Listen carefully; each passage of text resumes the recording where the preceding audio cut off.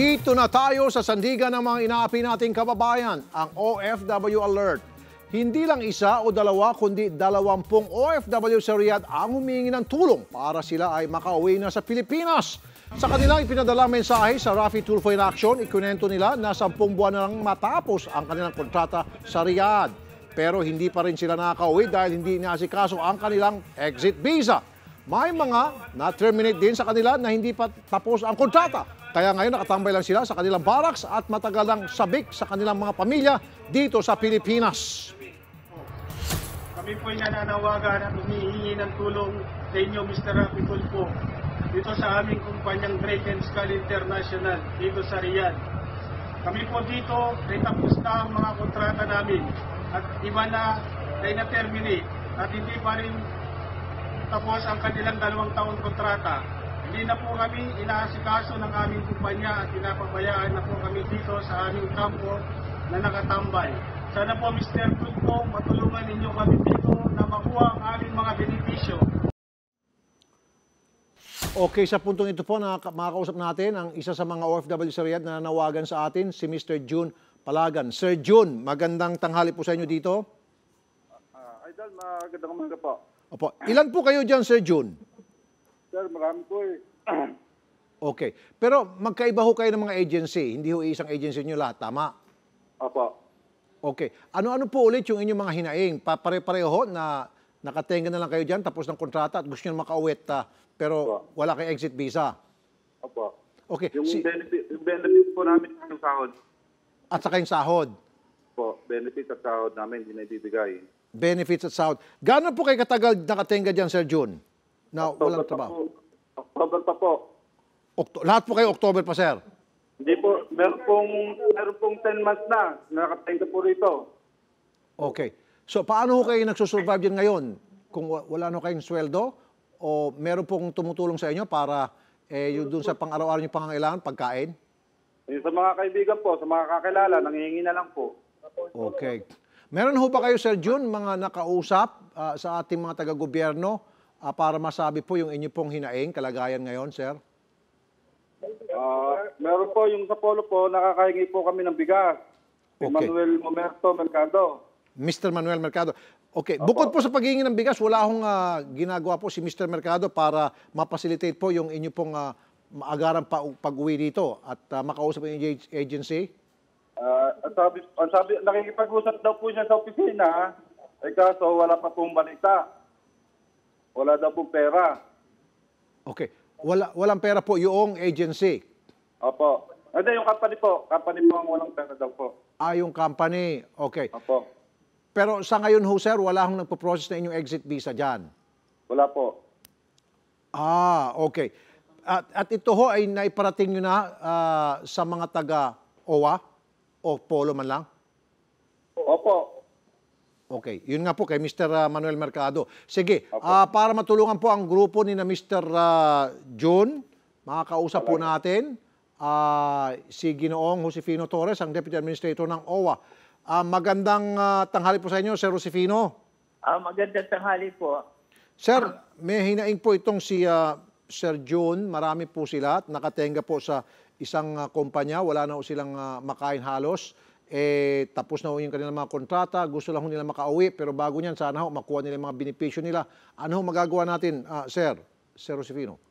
Yung na-relate po ng ating kasama dyan, yes, sir, na nag-expire na yung ikama nila. Opo. Ang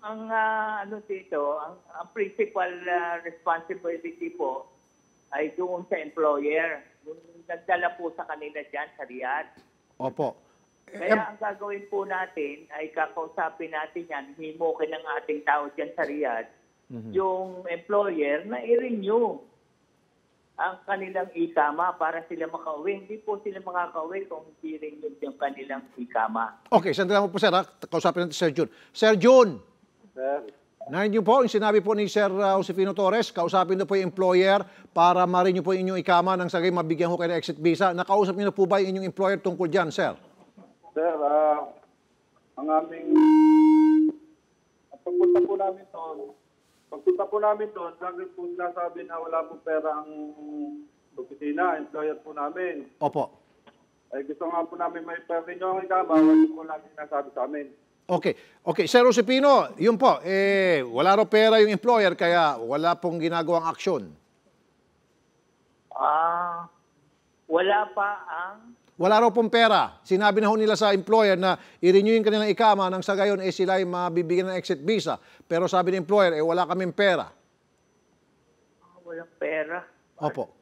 So ibig sabihin sa akin pong basa rito, baka ayaw lang ho talaga tumulong na employer, matigas po ang ulo. Kung matigas ang ulo, wag na ho nating pilitin, palapitan pa sila. Ihabla po natin yan. Tutulungan natin yung ating mga workers na maghabla sa Ministry of Labor. Okay. Ganun po yun. Pero for the meantime, sir, habang hinahabla po yun, kawawa naman ho sila, nakatenga dyan, at umaasa na naman po sa mga limos na mga nagmamagandang loob na kababayan natin para sila mapakain. Papupuntahin na po natin yung ating welfare officer dyan sa kumpanya. Okay. At magdadala tayo ng mga provision. Sir, in fairness po, si Mr. Manuel Mercado ra po ng Polo ay tumutulong naman daw po. Mamerto po. Tumutulong naman daw po, sir, si Sir Mamerto. Opo. Pero hindi naman po yan talaga ang kailangan nila, sir. Ang kailangan nila, ma-facilitate po yung pag-uwi nila dito, pabalik ng Pilipinas, sir. Opo. Yung ganun muna po ang gagawin natin. Tutulungan natin yung mga provisions. Pero, siyempre, in mind na po yung, ang una po natin asikasunin, yung ikama. Okay. So paano po, sir? Nakikinig po sila ngayon. So paano pong diskarte ngayon, Sir Josefino? Tatawagan ko po si Mr. Mercado mamaya. Okay. At yun nga po, papupuntahin ko po siya diyan sa kumpanya para kausapin po yung mga tao natin diyan sa barak. Okay. Sandali lang po, no? Isa na lang. Sir John. Sir. Narinig po, sinabi po ni Mr. Torres na papuntahin daw po niya si Mr. Mercado sa barracks para kausapin kayo? Opo. So okay ho ba sa inyo yan para alamin na kung paano kayo makabalik na ng Pilipinas? Sige, sir.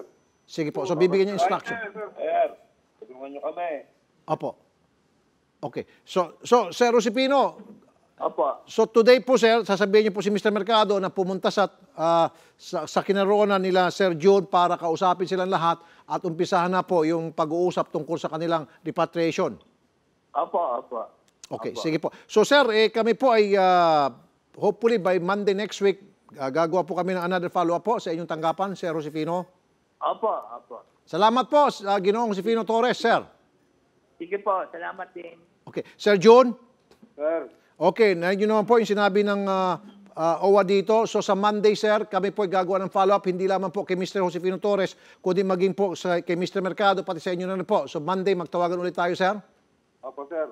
Sige po. Salamat po, Sir John, sa inyo pong ibinigay ng message sa amin. Salamat po, sir. Yes, sir.